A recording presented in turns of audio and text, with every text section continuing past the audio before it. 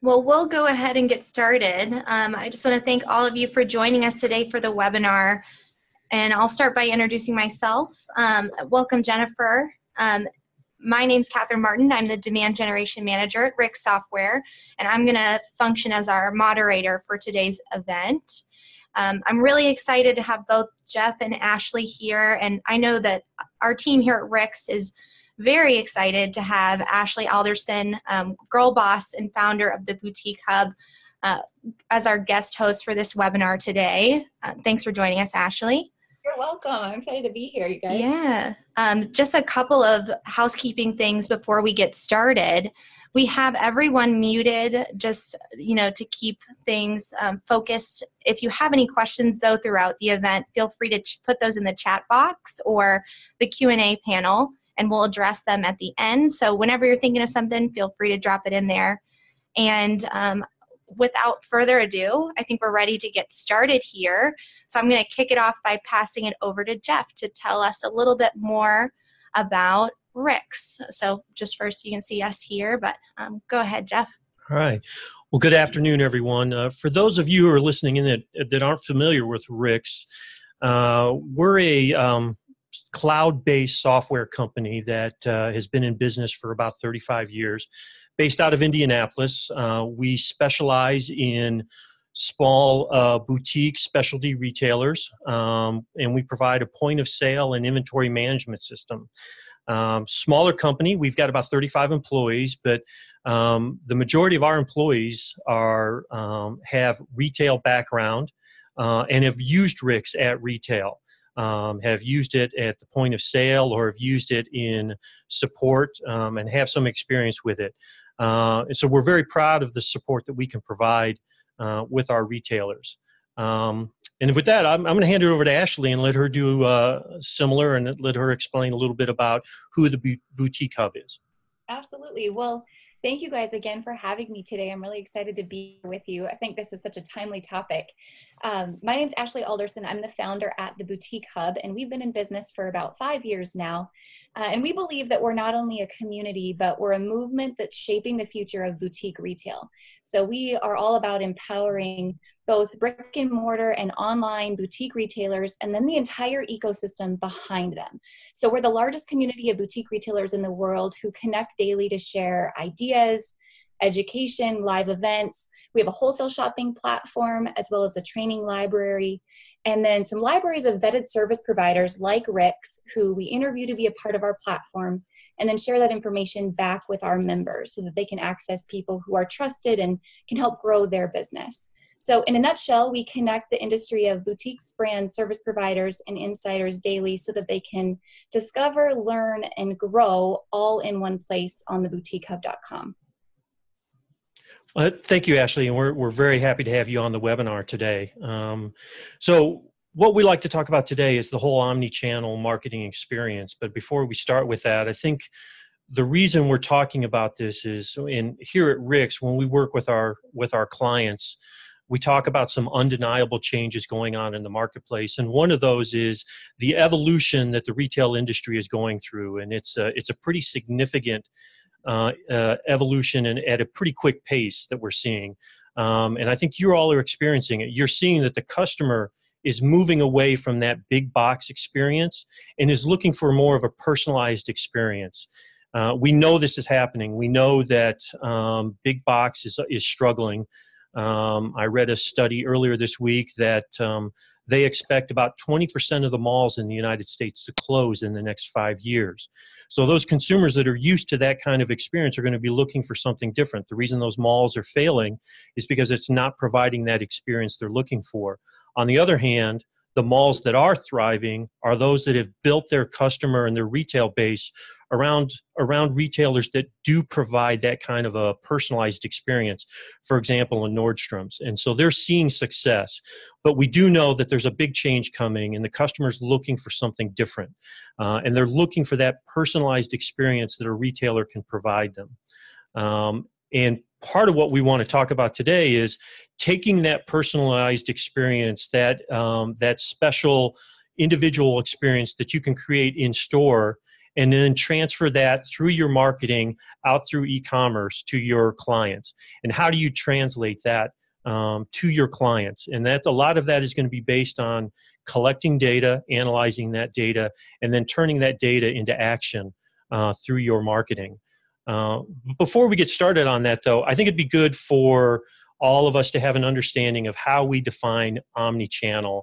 And I think for that, I'm going to turn that over to Ashley, if you don't mind, and if you can explain how you define and use omnichannel. Absolutely. So I'm going to share with you my thoughts on this, but Jeff, I want to invite you to jump in at any time and kind of piggyback off of this, because I know you've got great ideas here as well.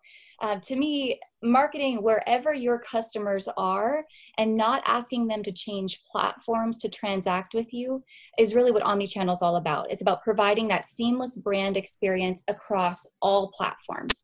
And the way that boutique retail is going today, I think this can be taken in two different ways.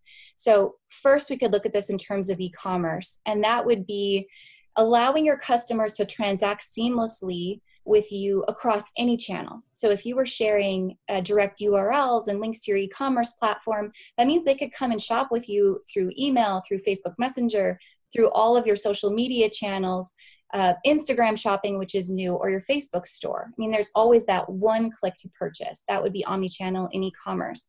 But then if you're a brick and mortar store, it's a little bit different. And so that is still creating that seamless brand experience across all channels, but then directing that one call to action in a seamless way across all channels. So you can either drive foot traffic or call to purchase within the store or sending you a direct message. Whatever it is, that one single way you want customers to transact with you through the brick and mortar experience. Yeah, Ashley, too. I think what we've seen with the change with the mobile revolution that we're seeing, the digital revolution that we're seeing in the marketplace too, is as you're collecting data, the customer has an expectation too that you're going to use that data and you're going to know who they are. We've seen pretty significant numbers, upwards of 60% of customers say they're going to shop with someone who knows who they are, recognizes them as a customer, as a valued customer. So collecting that data and having that available and then relaying that in a seamless way is really important to the customers as they're looking for that personalized experience. Absolutely. And it's about making it simple for them too. With the fast pace of our society today, people want to see things and be able to click within just one purchase or to purchase within one click.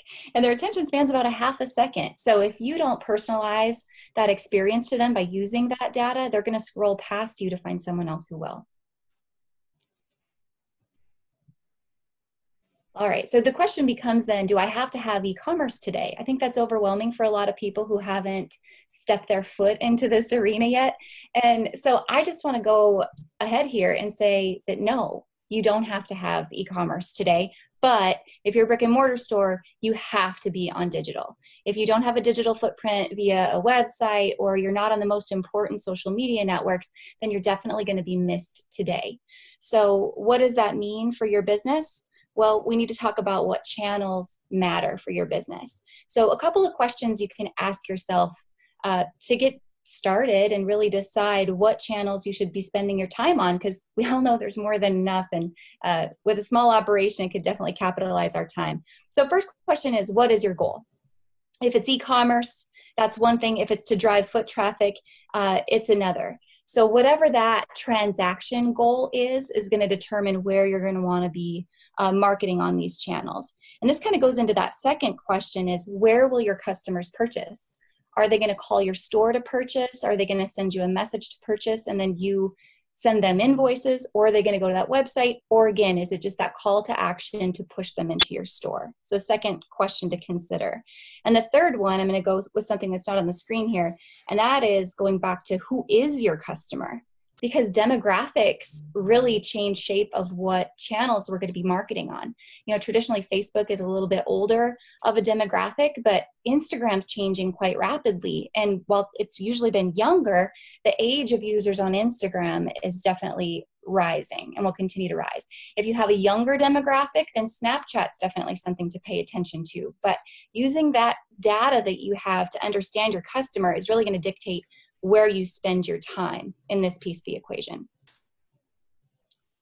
All right, this next piece then is once you kind of have those basic questions answered, now as you think about that e-commerce, that omni-channel experience, you can think about it in terms of a funnel. And this funnel is going to help you understand what type of content you're going to share when and on what platform. So this funnel kind of begins, of course, top of funnel, getting more specific. Right now, I think a lot of retailers, especially those with small teams, they look at their marketing as just blasting out promotional posts and products across all channels, right? They think they're just going to put it out there and someone's going to pick it up.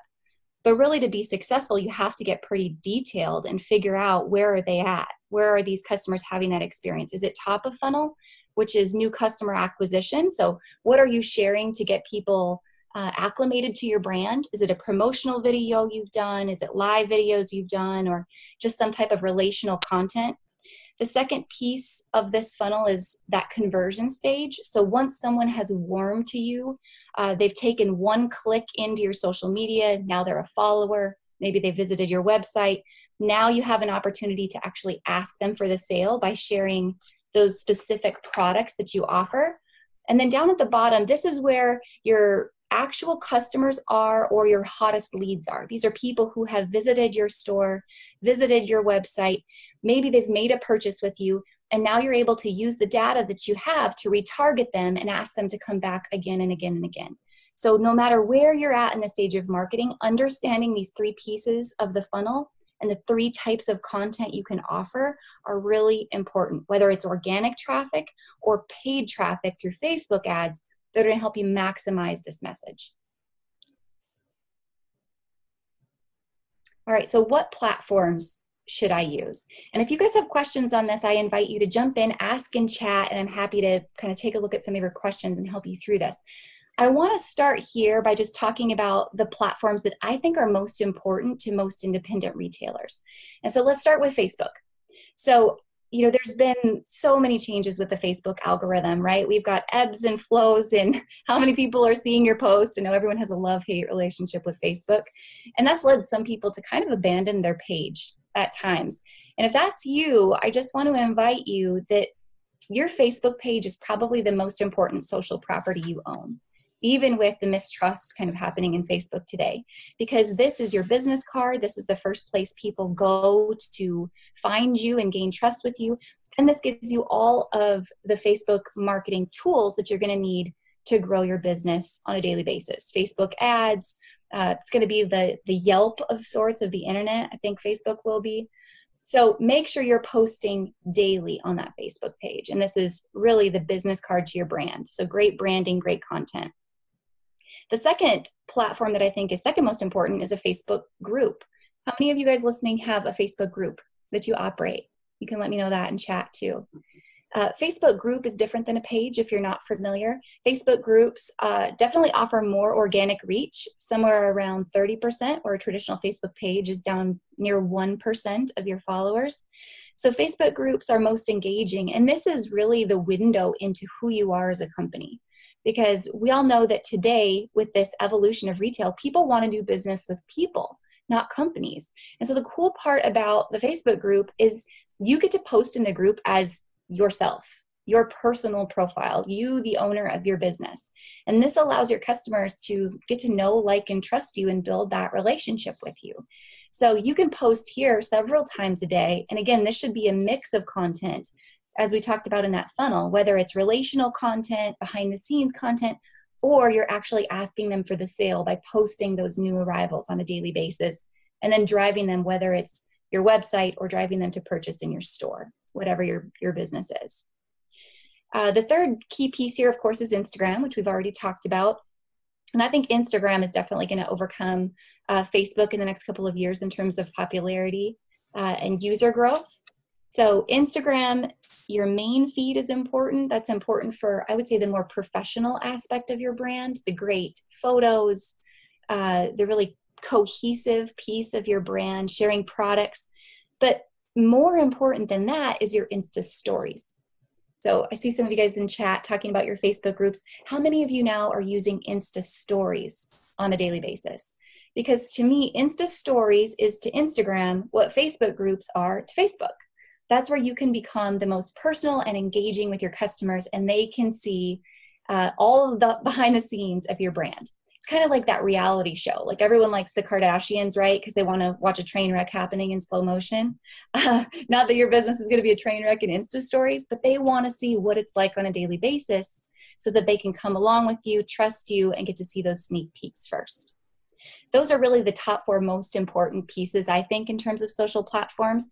But again, depending on your customer and kind of their age and the products that you sell, Pinterest becomes really important. It can be very, very powerful for your business. Snapchat definitely can be. YouTube, if you are great at creating video and how-tos and educating your customers on how to use your products. And then beyond those social platforms, I want to talk about 2 other key pieces of this equation, and that's your lists. Because you guys know with the ebbs and flows of algorithms, social media could disappear tomorrow. Your Facebook page could be gone tomorrow. But the one thing that you do own in terms of marketing is your list. So your email list, crucial information, which going back to collecting data, you have to be collecting email. And then Facebook Messenger is going to be the new email platform going forward. So making sure you're starting to figure out Facebook Messenger and using apps like ManyChat to start growing your Messenger list as well. Jeff, I'd love to hear your thoughts on this. If you have any other key pieces of platforms we should be using? Well, I'd just say that I know there has been a lot in the news about privacy concerns and data collection through Facebook and some of the other social media platforms. But we do know, even with these things going on, there's still a very high level of comfort and confidence in retailers that collect data and then turn that around and use that to their customers' benefit and provide relevant information back to them on whether that's promotions, targeted events, anything that you have that you can then go back and create that personalized experience. I think we're seeing that, like I said, a very high level of confidence in collecting data, a willingness to give up that data as long as they feel that the retailer that they're giving it to is going to turn that right around to them and provide them with really relevant information. Absolutely. I couldn't agree more. I think that kind of goes back to building that personal relationship through places like the Facebook group, where you can really demonstrate on a daily basis as a retailer that they can trust you in that way when they provide that data. So I think that's a great point. I see there's a question from Anne in the chat about that app. And the app was called ManyChat. And my northern accent may really mess me up here, but it's M-A-N-Y, ManyChat. All right. So one thing that I know so many people get wrapped up today on social media is those vanity metrics of how many followers we have and how many fans we have. And people are always trying to grow this metric on social media. But really, studies show that 1,000 super fans beats 1 million followers any day of the week, because your engagement is what's important here, not how many people are following you.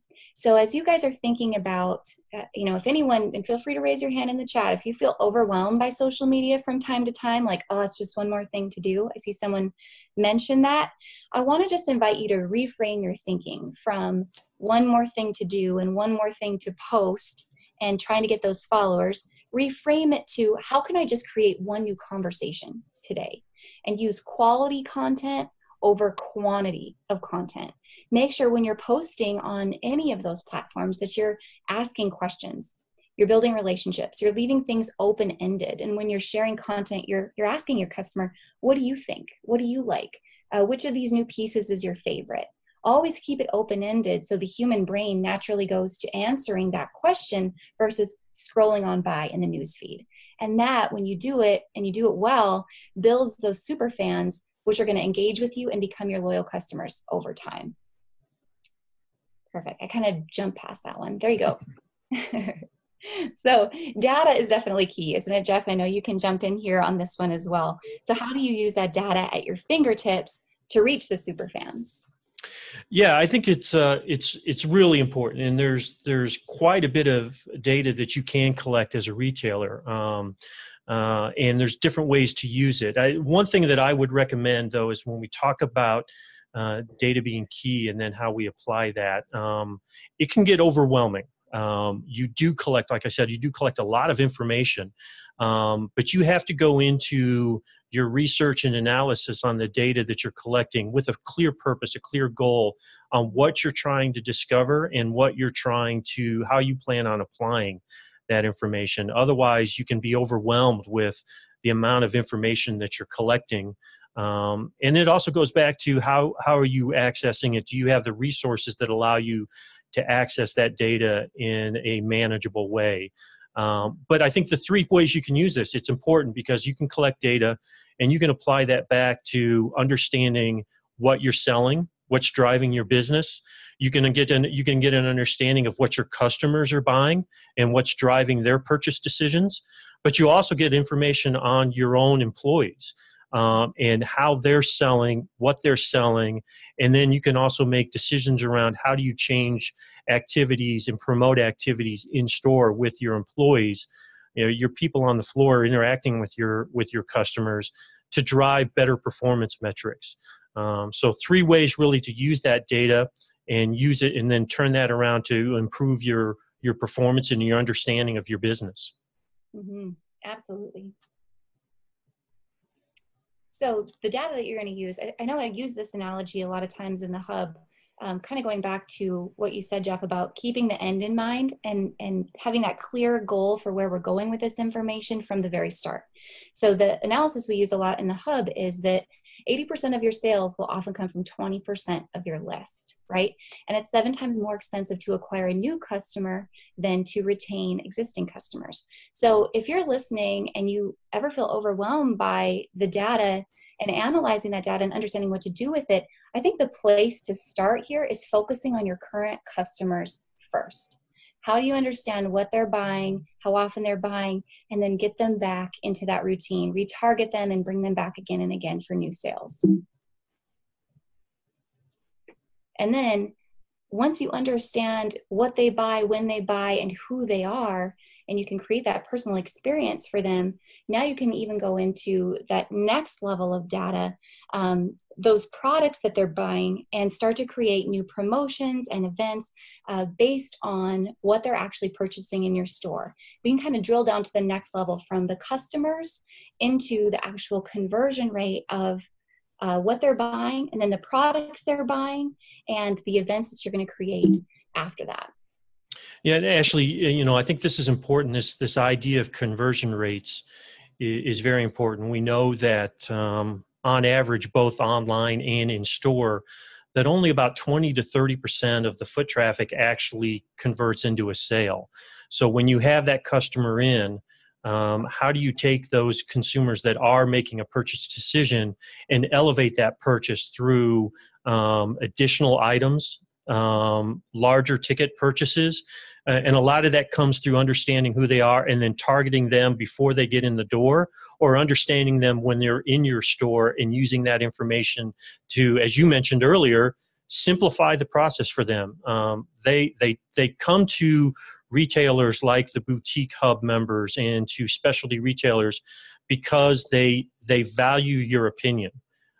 So you understanding that consumer and being able to steer them towards products, the most relevant product to them, builds that level of trust, and you'll see that conversion rate increase, and you'll see those number of tickets go up, and you're going to start to see your profitability go up as well, because what all that leads to is your lower selling cost. The more people you convert and the higher number of tickets you have on each sale, you're reducing the amount of time you have to spend with a customer, the amount of time you're having to deal with other customers, and you're increasing the selling effectiveness of your employees. Absolutely. And the same, I want to spin that and talk about that in terms of e-commerce as well. As you talked about, was it 20 to 30% convert in store, or was it 30 to 40? What was the number? It was only 20 to 30. Wow, that's actually shocking. 20 to 30. And online, I don't know if you know this number, but the online average conversion rate in e-commerce is 2%, which is pretty crazy. So Yeah. same metrics apply. You know, if you're re-merchandising your store based on this data, you understand what's selling to what customer group. You can do the exact same thing online. So how are you remarketing the homepage of your website? By creating those how to wears and collections like Easter dress collections, making sure you understand what your customer needs and then giving it to her on a silver platter in one simple place. That same logic is true in store and online both, so that you can increase those conversion rates. So let's talk about the 3 ways that you could kind of drill down and use the data that you're collecting. And I want to emphasize, I know a lot of times I hear retailers getting hung up on just collecting the data, but you have to analyze it so that you can use it in these 3 different ways. The first, of course, is traditional marketing, which all of you are going to be familiar with. Sending traditional postcards if you're brick and mortar. Text marketing, which is got a great open rate right now, much more effective even than email marketing in a lot of ways. Phone calls if you're calling your customers, and then traditional email like we talked about. Then there's level-based events that you can use your data for.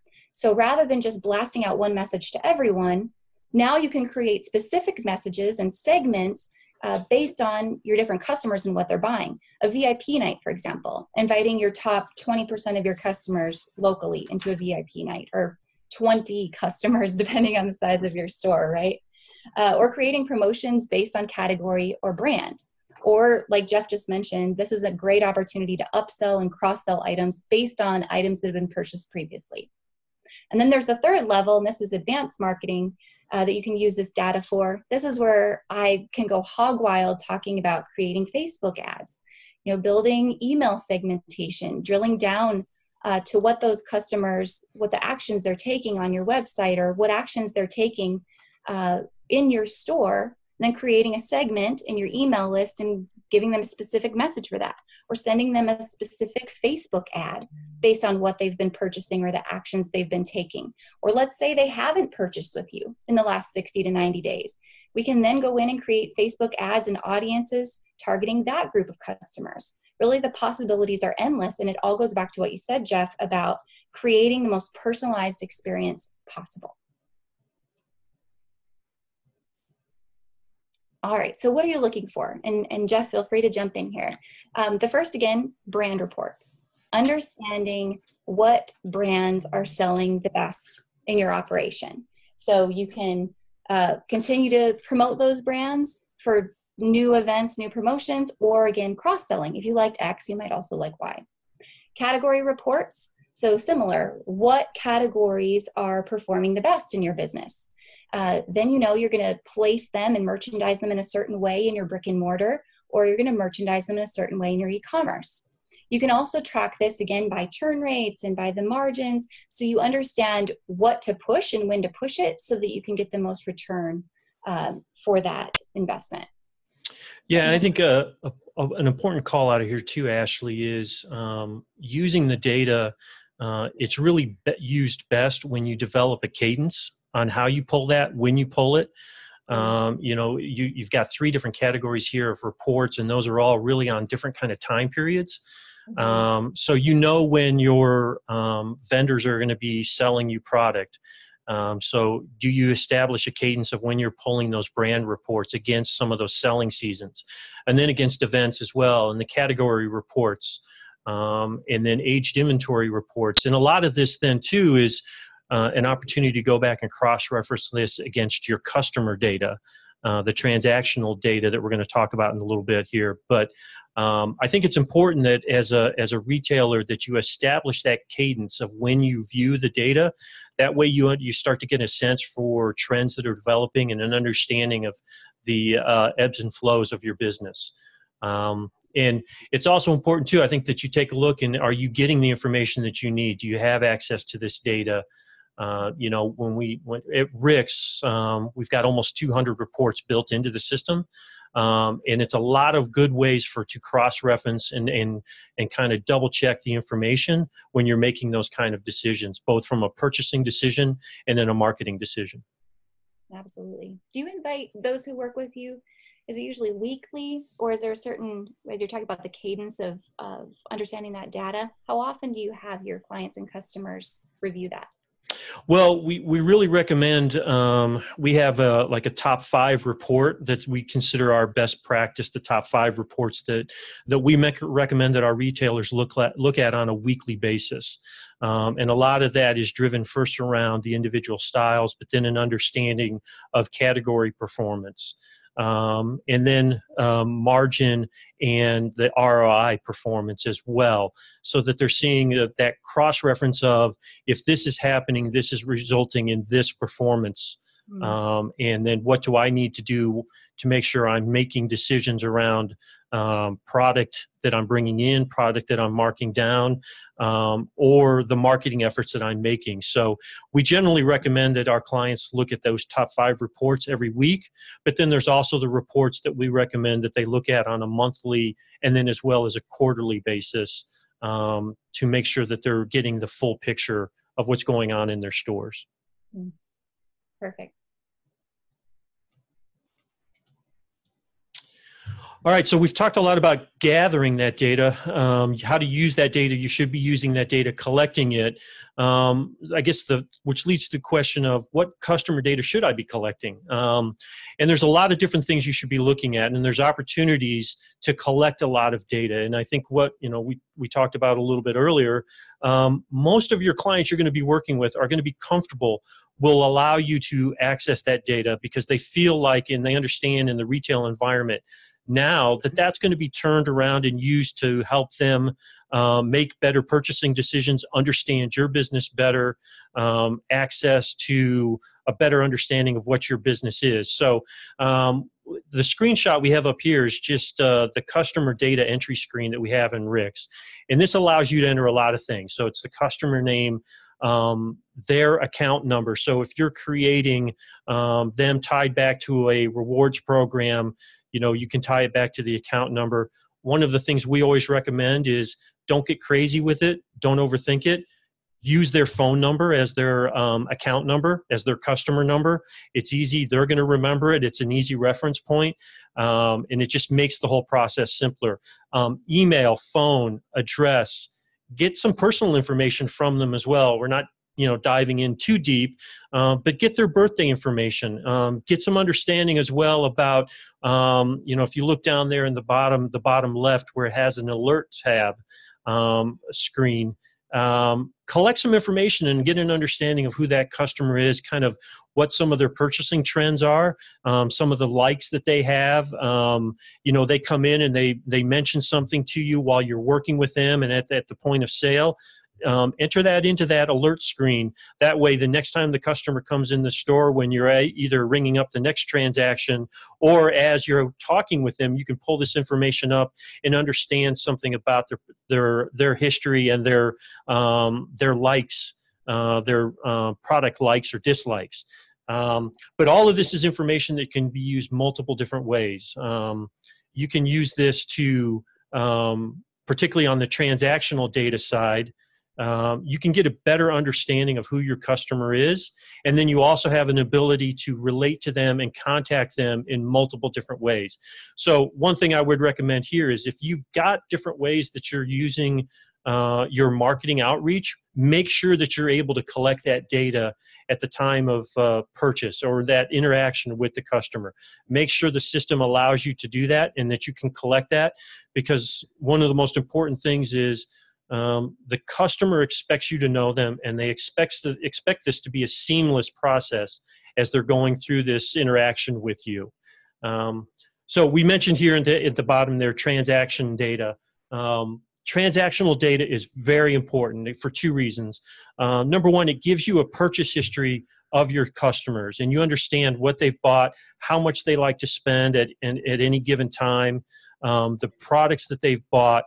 But it also gets you an understanding of your overall business. So you can work that way. You can use this information back to your brands as well as with your customer, and create really specific and personalized experiences. You can go back to your vendors and say, listen, I know that we're selling this well and it's selling to these consumers. How can you support me? What products do you have to support that? As well as then take that product that you've bought and target it to the right consumers so that you can make sure you're getting a high conversion rate, high sell-through, and high margin on that product that you brought into your store. So we've talked about collecting the data, what kind of data to get. We've talked about creating an omni-channel experience. Ashley, in your experience at the Boutique Hub, how have you used this data? How do you take this data and then apply it to different ways to create that customer experience? How do we use our customer data to create that customer experience? Yeah. Yeah. So in customers that we work with several types of boutique owners. And so even on our type of business, not being a retailer, our customer data is vital so that we can make sure we're delivering the right type of training, the right type of brand recommendations, the right type of service provider recommendations back to the clients we work with. So I think no matter what type of business you're in, it's crucial that you definitely have a plan for this. Yeah, and I think one of the things that we can do when you're creating that seamless experience is there's a lot of different ways for you to provide value to your customer. Mm-hmm. And one of the big opportunities that's out there is those rewards and loyalty programs. Mm-hmm. You've identified that you've got that number one fan. And how do you address them? How do you understand what they're doing? And then how do you reward them for being a valued customer? Rick's provides 5 built-in rewards programs, but they're all built around different things because we all know that our customers all define value in a different way. They're looking for value to mean different things and to be rewarded in different ways. And so the Rick system provides different ways to recognize and then reward customers. But I think it's important. This is one of the best ways to create that customer database and create a customer experience is through participation in a rewards program. Either if you have one rewards program or you have multiple rewards programs, it's you recognizing your consumer and recognizing the value that they're bringing to your business. And then again, in the system as well, how do you use alerts around the customer to provide you some input and help you also identify and create that personalized experience? There's a lot of things in that customer data that you can use and use the system to support you as you try to create that experience. Perfect. Well, let's talk about content that works. Once you've got that data collected, and now you're going to go in and begin creating that omni-channel experience and posting on social media and driving traffic through email, all of these things. I want to talk about a couple key takeaways that you can use to make this work. So the first piece here is, and I think we've said this between the two of us a number of times, and that's start with the end in mind. What action do you want them to take? Stop blasting just content out on social media and start with that question first. If you want to make a call to action to purchase, whether it's in store or online, then you have to show them how. You have to have a clear call to action, and you have to make it simple. I think a lot of times as retailers marketing, we assume that our customers understand how to purchase. We say, oh, go find this on our website, or come visit us in store, or call the store. But the truth is, we really have to be clear and tell them with every single post we make, if we're sharing a product, this is how you can get your hands on this product now. So you have to drive that awareness, and you can drive scarcity at the same time, which is going to get even better conversion online. When you're sharing, it's going to go fast. Call now, DM now, come to the store now. We only have a limited quantity of this product. So begin with the end in mind, have that clear call to action, and then keep your messages very simple. Consistency is definitely going to be key here. So whether it's training your customers on how to engage with you, how to purchase with you, or even we could talk about training your customers how to take selfies in your products and then share them back with you through your Facebook group, or sharing with you on Instagram, tagging you, using your hashtag, all those things. You have to start by being consistent with your message so that they can be consistent with their action. You can't just tell them once and expect them to get it. You have to do it again and again and again. So what is the recipe for brand consistency? Let's start here and talk about photography and that overall brand image. Because whether you're a brick and mortar store and you're just dabbling in digital online and trying to drive traffic, or you're e-commerce, this today in a competitive market has to be number one. Your brand quality, your photography quality, your graphics, you have to be very consistent with who your brand visually is. And then you take it the next step further, your voice also has to match that brand, right? So is your voice of your brand, is it going to be more professional? Is it going to be fun? Is it going to be edgy? Is it going to be the girl next door? I know we were talking about athletic, having an athletic boutique. Are you going to incorporate that type of language into your brand voice and your brand message? Whatever it is that you choose with your voice and with your brand image, you want to make sure that you're sharing it in such a way that when someone scrolls past you on social media or they get your email, that without even seeing your logo or your name, just by looking at your content, they immediately know who it is and they're drawn back to you each and every time. So consistency. Then as you kind of dabble in what social media network works and the type of content that works, you want to make sure you're being consistent, but you're also mixing up the type of content buckets that you're sharing from. Whether you're sharing photography, whether you're sharing live video, whatever it may be, video is going to be a really big piece to that. Mix it up, but it has to remain consistent with your brand image. And then fourth, of course, train your customers. I feel like I'm saying this again and again. Train your customers on how to transact with you. All right. Yeah, perfect. You can go to the next one even. Let's talk about data in kind of another way. We've talked about customer data. We all know that financial data is key, but let's talk about traffic data, kind of the third piece of knowing your numbers. I'm shocked to hear the 20 to 30% like you were talking about, Jeff, and we talked about 2% conversion online. So I want to kind of take this whole scenario and knowing your numbers in this third way to the next level. So let's talk about this. If you want to go to the next slide, let's talk about this in terms of you being an e-commerce store. And the same information is transferable if you're a brick and mortar store. I think I have an example in the next slide. All right, so I want you to begin with this traffic data. I want you to have a formula so that as you think about whatever your sales goals are for the year, you can understand how to break that down into a traffic plan for your business, right? So for example, if your goal is to have a $500,000 gross sales for the year, that's $9,600 a week, right? So as you're looking at this data that your point of sale solution is going to provide you, let's say you average a $50 average order value. That's breaking that down into 192 sales per week. If your conversion rate is 2%, or again, we could do the math if this was brick and mortar and it was 20 to 30%, then you know exactly how many visitors you have to have per week to your store or to your website in order for you to hit that goal of 192 sales.